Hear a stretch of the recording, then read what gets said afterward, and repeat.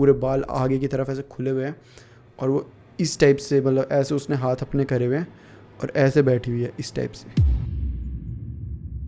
तुम्हें एकदम realisation hit नहीं करती? तुम्हें रियलाइज़ होता है कि शिट, मैं तो अभी तक कितना ज़्यादा गलत था, ये सब मैंने क्या कर दिया। हे गाइस, व्हाट्स तो क्या हाल चाल है आप सबके? आई होप कि जैसे भी हो बहुत सही हो। तो गाइस, आज की जो स्टोरी है वो हमसे सिया ने शेयर करी है, जो कि छत्तीसगढ़ के एक छोटे से घर में हुई थी। सिया जो कि छत्तीसगढ़ में रहा करती थी, उनका जो घर था उसमें मोस्टली सिया के मॉम, सिया की डैड और सिया की छोटी बहन रहा करती थी। ये एक प्यारा सा हंसता खेलता परिवार था जिनके पास सब कुछ था, इन्हें कुछ नहीं चाहिए था। और इनके जस्ट घर के थोड़ी सी दूर इनके मामा और मामी जी का भी घर था। मामा मामी जी इतने ज़्यादा क्लोज नहीं थे इन सबसे, थोड़ा दूर दूर ही रहते थे।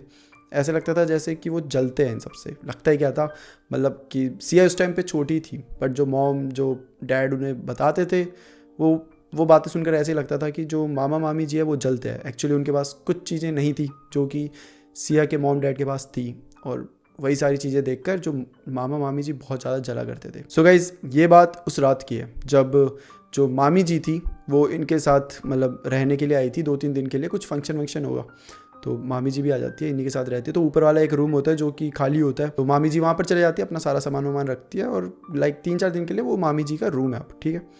अब फंक्शन है तो हर किसी को मतलब बाहर जाना पड़ता है, कुछ मतलब होता नहीं है कि शॉपिंग करनी है, मेहमान आने वाले हैं उनके लिए चीज़ें लानी है, ये सब।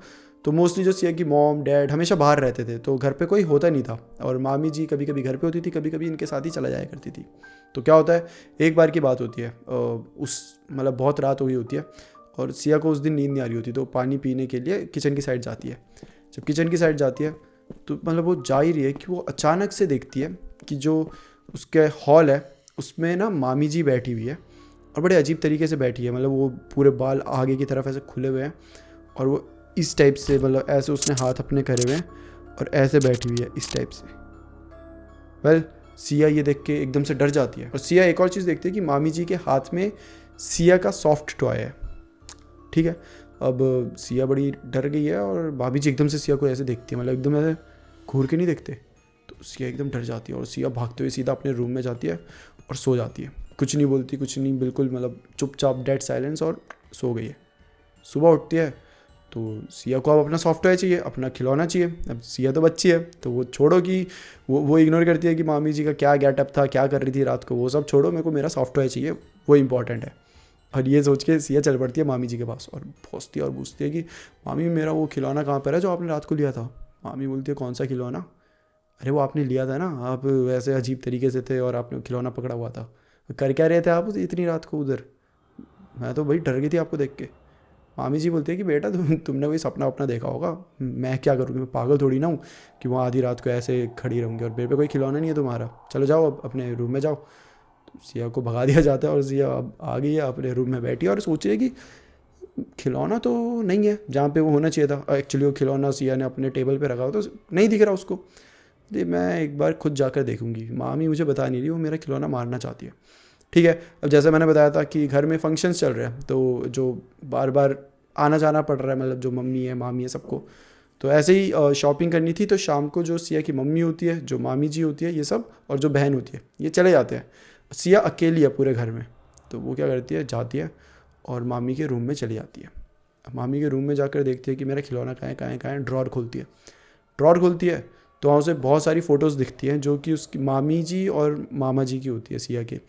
तो उन्होंने काफ़ी फ़ोटोज़ खिंचवाई होती है, तो वो देखती है एंड उधर ही उसका खिलौना भी पड़ा होता है। सिया को बड़ा गुस्सा आता है कि अच्छा, मेरा खिलौना एक तो चुरा लिया, ऊपर से झूठ बोलती है मेरे से। खिलौना लेती है अपना सिया, और अब वो फ़ोटो देखने लग गई है आराम से कि अच्छा फ़ोटोज़ तो अच्छी आई है, चलो और देख लेते हैं। देखते देखते बेड में सो जाती है। जैसे ही सोती है वो पिल्लो के ऊपर अपना सर रखती है तो उसे बड़ा अजीब सा लगता है। वो एकदम उठ जाती है, पिल्लो को ध्यान से देखती है ऐसे उठा के, तो मतलब क्या है ये, क्या चुभा ये। पिल्लो का कवर निकालती है, और जब कवर निकालती है तो वो देखते हैं कि पिल्लो में ना बहुत सारी पिन्स जो होती है, मतलब ऐसे पिन नहीं होती, वो ऐसे गाड़ी हुई है बहुत ज़्यादा, और वो इस टाइप से गाड़ी हुई है कि वो एकदम ऐसे सिया को चुभती है तो बड़ा अजीब सा लगता है। सिया को समझ नहीं आ रहा कि ये क्या हरकत है। वो वहीं पिल्लो को रख देती है कि अभी सिया ये सब देख ही रही होती है। मतलब उसे थोड़ा डर भी लग गया होता है कि ऐसे पिल्लो को के साथ कौन ही करता है, कि तभी उसे ऐसे आवाज़ आती है कि उसकी मॉम और मामी जी अब आ रही हैं। तो जल्दी से ड्रॉर खोलती है, सारी पिक्चर्स वहाँ रखती है और जो अपना सॉफ्ट टॉय है उसे ऐसे उठा के बस जा ही रही होती है कि तभी वो नोटिस करती है कि जो वो खिलौना है उसका सर नहीं है, उसका सर कटा हुआ है।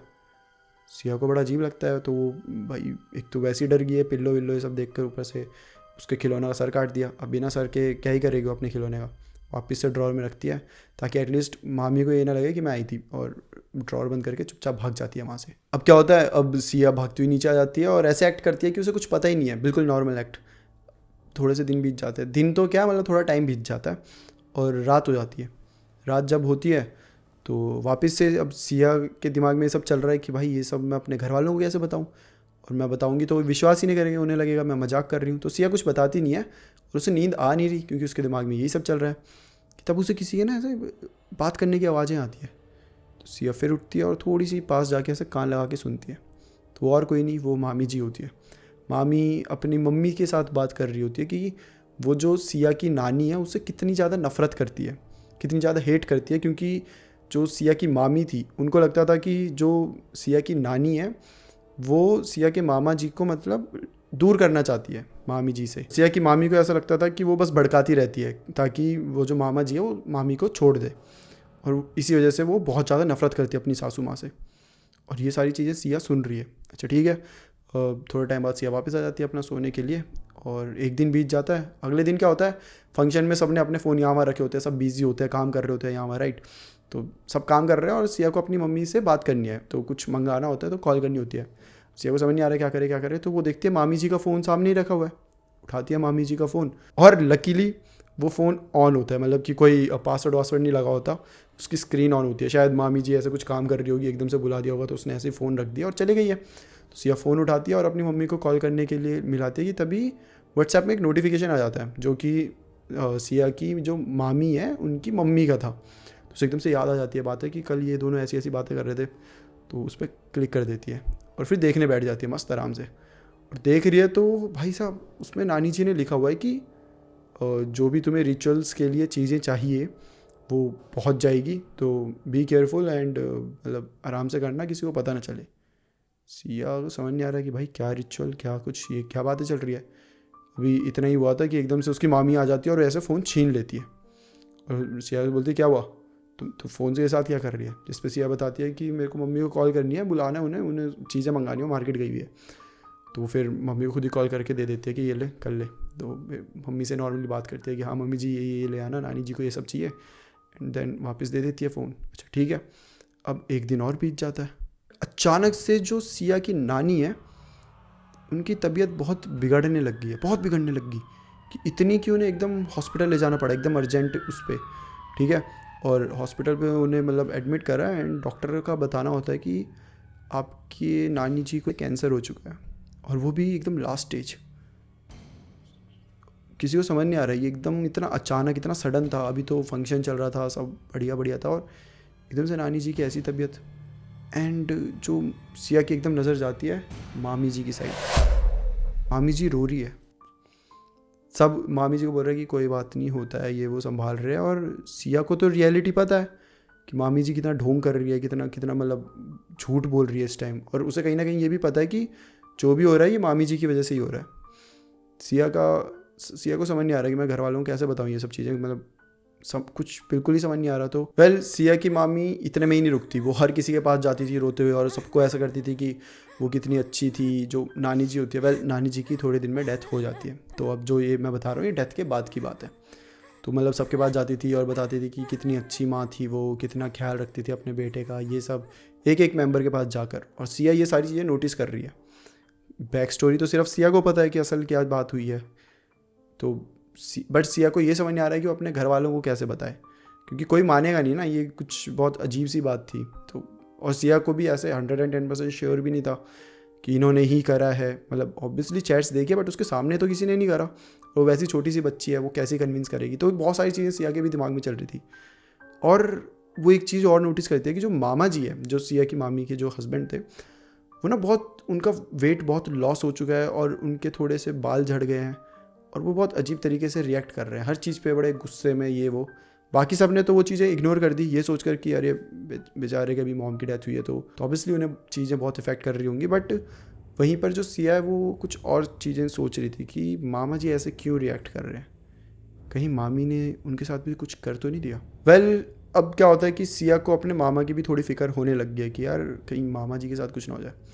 तो वो क्या करती है, सिया जाती है और अपनी मम्मी को सब कुछ बता देती है, मम्मी ऐसा ऐसा हुआ था, ये हुआ था, वो था, मामी ने ऐसा ऐसा किया। सिया सोच रही थी कि बिल्कुल कोई भी नहीं मानेगा उसकी बात को, राइट। बट सिया की मम्मी एकदम से मान जाती है, मतलब वो एकदम हैरान हो जाती है और वो एकदम मान जाती है कि मतलब कोई क्वेश्चंस नहीं, कुछ नहीं कि तुम्हें ऐसा क्यों लगता है, तुमने कुछ भी नहीं। ऐसा लग रहा है जैसे कि मम्मी को सब कुछ पहले से पता है। वो जाती है, वो अपने जो सिया के डैड है उन्हें बताती है कि ऐसा ऐसा हुआ ये सब। सिया बोलती हाँ। तो जो डैड होते हैं वो पूछते हैं मम्मी से कि अरे तो छोटी बच्ची है, तुम्हें कैसे पता कि सही बोल रही है वो। तो मम्मी बताती है कि भाई इसको किसने बताया काला जादू के बारे में, किसी ने भी नहीं बताया। किसने बताया कि पिल्लोज़ में से पिन्स चुबाते हैं तो उससे क्या होता है, या फिर तुम्हारे सॉफ्टवेयर को तोड़ देते हैं तो उससे क्या होता है, इसको कुछ नहीं पता। बट इसने जो चैट्स पढ़ी, रिचुअल लिखे हुए थे कि तुम ये चीज़ें मंगाई है, ये सब तो काला जादू में यूज़ होती है। और हमारी बेटी को कैसे पता है, सब नहीं पता है ऑब्वियसली।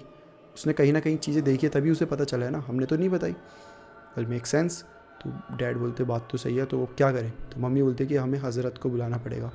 तो ऐसे ही होता है, अगले ही दिन हज़रत को बुलाया जाता है। तो हज़रत अगले दिन आते हैं और वो कंफर्म करते हैं कि हाँ आपके घर में ब्लैक मैजिक किया गया है, और काफ़ी ख़तरनाक ब्लैक मैजिक किया गया था, जिसकी वजह से जो नानी जी है उनकी भी जान चली गई है, और जो मामा जी हैं उन पे भी किया गया है, जस्ट टू मेक श्योर कि वो हमेशा मामी के साथ रहें।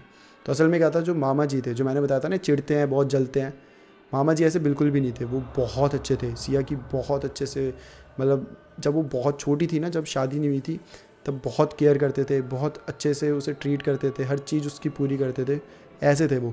बट जब से वाइफ आई थी उनकी, ये जो मामी जी आई थी, तब से वो बहुत बदल गए थे, चिढ़ना चालू, ये सब चालू। एंड देन अब पता चलता है कि वो सब मामी जी ने किया था। मामी जी ने मामा जी पर काला जादू करा हुआ था, जिसकी वजह से मामा जी ने मामी के साथ शादी करी, प्यार करा, और मतलब जो ये चिढ़ना, ये सब काला जादू का इफ़ेक्ट था।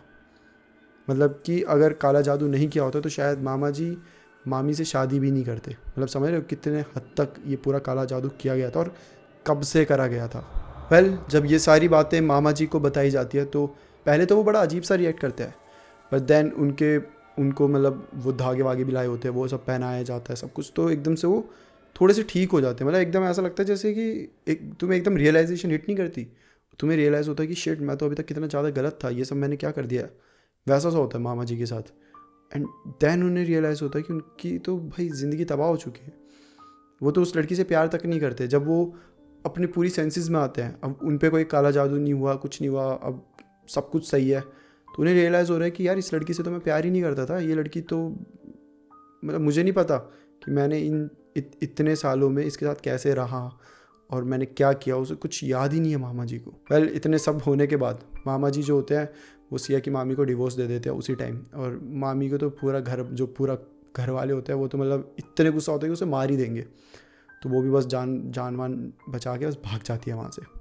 और फिर कुछ सालों बाद जब मामा जी पूरी तरीके से इस चीज़ से रिकवर होते हैं, इन सब चीज़ों से रिकवर होने में ऑब्वियसली किसी भी इंसान के साथ ऐसा कुछ हो जाए कि उसे अपने पिछले 5 साल याद ना हो, और बस ये याद है कि मैंने एक औरत के साथ शादी कर ली जिसके साथ मैं करना भी नहीं चाहता था, कभी नहीं करना चाहता था। उसने मेरे को इतना हद तक कंट्रोल में कर लिया था कि मेरे हर एक एक्शंस पे, मतलब हर एक एक्शन पे उस औरत का कंट्रोल था। वो चाहती थी हंसो तो हंसो, वो चाहती थी रो तो रो, इस कदर तक मामा जी इतने कंट्रोल में थे उसके। तो मामा जी को बड़ा टाइम लगा रिकवर होने में। एंड अब मामा जी ने एक और शादी कर लिया, दूसरी शादी कर लिया, एंड अब वो बहुत खुश है और सब कुछ बढ़िया चल रहा है। मामा जी अब फ्रिक्वेंटली सिया के घर में आते रहते हैं, मम्मी से बात करते हैं, सिया की पापा से, सबसे मतलब अच्छे से बात करते हैं, फिर से पहले जैसे हो गया। सो सिया खुश भी है बट थोड़ी सी दुखी है कि मामा जी के साथ इतना सब हुआ, और जो नानी जी के साथ हुआ वो तो मतलब बहुत ही ज़्यादा हार्ट ब्रेकिंग था। सो ये थी गाइज सिया की स्टोरी, ये थी सिया के मामा जी और मामी जी की story. So that's it for today guys. I hope कि आपको स्टोरी अच्छी लगी हो, एंड अगर आपको अच्छी लगी होगी तो शेयर ज़रूर करना अपने दोस्तों के साथ। एंड या फिर मिलते हैं हम किसी और टॉपिक के साथ, तब तक के लिए bye bye and take care.